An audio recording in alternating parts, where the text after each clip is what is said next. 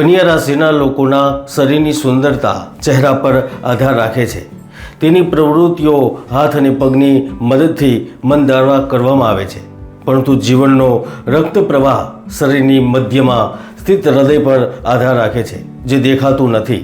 એ જ રીતે આજના સંજોગોમાં વ્યક્તિ પોતાની જાતને ઓળખી શકતો નથી કે હું કોણ છું, મારો હેતુ શું છે, આ પૃથ્વી પર મારું શું કામ છે. તમે લોકો તમારી વિશેષતાને નથી સમજી શકતા, તમને તમારી શક્તિ વિશે ખબર નથી, તો પછી તમે સફળ કઈ રીતે થઈ શકો? આજના વિડીયોમાં તમને ઘણો આનંદ આવશે અને મને પણ તમને જણાવતા ખૂબ જ આનંદ થશે, કારણ કે ઘણી શોધ અને સંશોધન કર્યા પછી હું તમારા માટે આજનો વિડીયો લઈને આવ્યો છું. તેથી હું ભરોસો આપું છું કે જો તમે આ વિડીયોને અંત સુધી જોશો તો મને લાગે છે કે કન્યા રાશિના લોકો પોતાની જાતને ઓળખશે, અને જેઓ કન્યા રાશિના નથી તેઓ આ વિડીયોને જોઈને જાણી શકશે કે કન્યા રાશિના જાતકો તેમના મિત્ર તરીકે કેવા હોય છે, તેમના જીવનસાથી તરીકે પાર્ટનરના રૂપમાં કેવા હોય છે.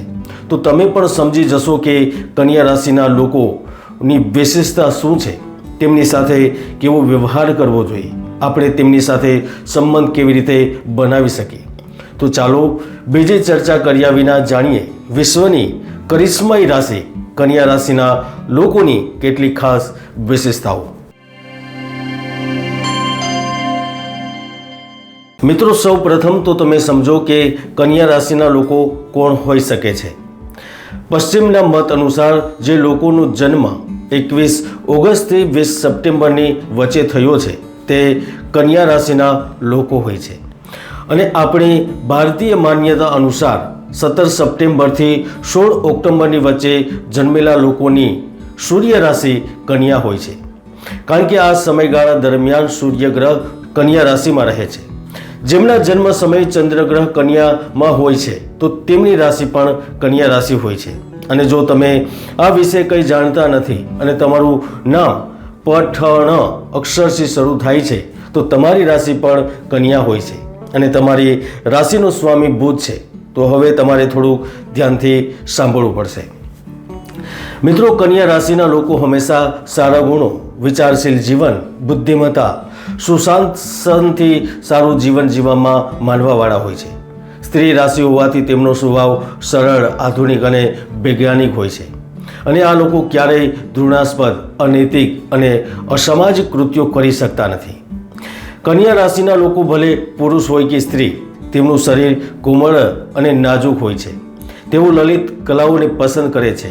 ગાવાવાળા વગાડવાનો શોખ, સોશિયલ મીડિયામાં ચમકવું, ઐતિહાસિક નદી, સમુદ્ર, જંગલના સ્થળોની મુલાકાત ખૂબ જ પસંદ હોય છે.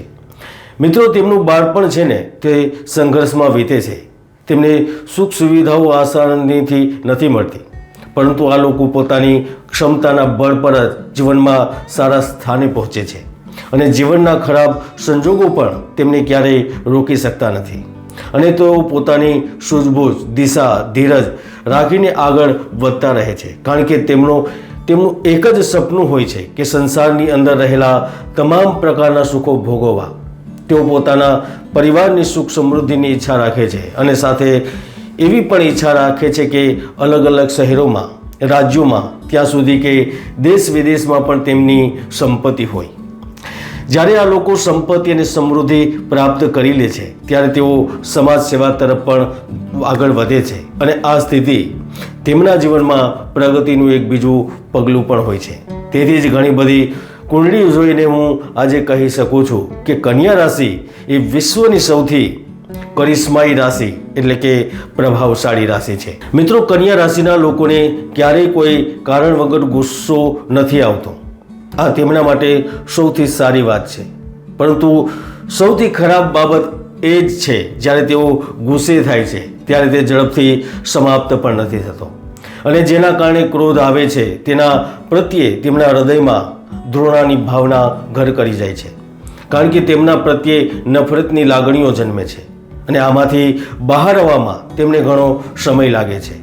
જોકે ઘણી વખત તેઓ તેમના ગુસ્સાને કારણે પશ્ચાતાપ પણ કરે છે. મિત્રો, જો તમે સમાજના વિવિધ મહત્વના સ્થળો પર નજર કરશો તો તમને જોવા મળશે કે મોટા ભાગે કન્યા રાશિવાળા લોકો જ હાજર હોય છે. તેઓ વિજ્ઞાન, વાણિજ્ય, બેન્કિંગ, ઇન્ફોર્મેશન ટેકનોલોજી, કલા વગેરે ક્ષેત્રમાં સરળતાથી સફળતા મેળવી લે છે. આ લોકો દેશ કાળની પરિસ્થિતિને અનુસાર પોતાની જાતને ઢાળી શકવામાં સક્ષમ હોય છે. તેને કારણે આ લોકો કંપનીના કર્મચારીઓ તરીકે ખાનગી અને સરકારી ક્ષેત્રોમાં સફળ બને છે. આ લોકો એકસાથે ઘણા ક્ષેત્રોમાં કામ કરે છે કારણ કે તેઓ ખૂબ મહત્વકાંક્ષી હોય છે. આ મહત્વકાંક્ષા તેમના ભાગ્યોદયનું કારણ પણ બને છે. તેથી તેઓએ અન્ય શહેરો, રાજ્યો, દેશ વિદેશો સાથે સંપર્ક વધારવો જોઈએ જેથી તેમની ઈચ્છાઓ પૂર્ણ થાય. મિત્રો, દુનિયા માટે પ્રેમ એ એક નાજુક સંબંધ હોય છે. તે બે હૃદયનું મિલન હોય છે. તે હૃદયથી હૃદય સુધી પહોંચવાનું માધ્યમ હોય છે. પણ તેમના માટે પ્રેમ ઈશ્વરનું એક રૂપ હોય છે. જો કે તેમની ગણતરી મહાન પ્રેમીઓમાં નથી થતી, પરંતુ તેઓ પરંપરાગત, રૂઢિચુસ્ત વિચારધારાની સાથે લગ્ન અને પ્રેમને લગતી આધુનિક વિચારધારા ધરાવે છે. કારણ કે આ લોકો ભરોસાપાત્ર અને વફાદાર જીવનસાથી હોય છે. તેમનામાં એવા તમામ ગુણો હોય છે જે એક જીવનસાથી જ શોધે છે. જો કે તેમના વૈવાહિક જીવન અને પ્રેમ જીવનમાં સમસ્યાઓ ત્યારે જ ઊભી થાય છે જ્યારે કોઈ ત્રીજી વ્યક્તિ અથવા કોઈની દખલગીરી થાય. અન્યથા તેઓ પતિ, પત્ની અને પ્રેમીના રૂપમાં કરિશ્માઈ લોકો હોય છે. પુત્ર તરીકે પણ એ સારા હોય છે. મિત્રો, આજે હું કરિશ્માઈ શબ્દનો ઉપયોગ એટલા માટે કરી રહ્યો છું કારણ કે જ્યારે મેં કન્યા રાશિનો અભ્યાસ કર્યો ત્યારે મને ખબર પડી કે તેઓ જીવનમાં પ્રભાવશાળી રીતે આગળ વધે છે. અત્યાર સુધી મેં દેશની બહારના લોકોની કુંડળીઓનો અભ્યાસ કર્યો તો મને ખબર પડી કે એ લોકો દેશને છોડીને પૈસા કમાવા, નાના મોટા કામ માટે પરદેશ જાય છે, પણ પોતાની બુદ્ધિના જોરે ત્યાં પોતાનું સામ્રાજ્ય સ્થાપે છે. તો આ એક ચમત્કાર જ કહેવાય. જ્યારે મેં અન્ય લોકોની જન્મ કુંડળીનો અભ્યાસ કર્યો ત્યારે મેં જોયું કે તેઓ તેમના જીવનની શરૂઆતમાં સંઘર્ષ કર્યા પછી તરત જ કરિશ્માઈ રીતે, પ્રભાવશાળી રીતે ભાગ્યોદય પ્રાપ્ત કરી લે છે. અને આજે હું તમને ખૂબ જ જવાબદારી સાથે કહું છું, જો તમે લોકો મહેનત અને સંઘર્ષ સાથે કોઈ પણ કાર્યમાં વ્યસ્ત રહેશો ને તો સફળતાની સાથે પ્રસિદ્ધિ પણ પ્રાપ્ત થશે.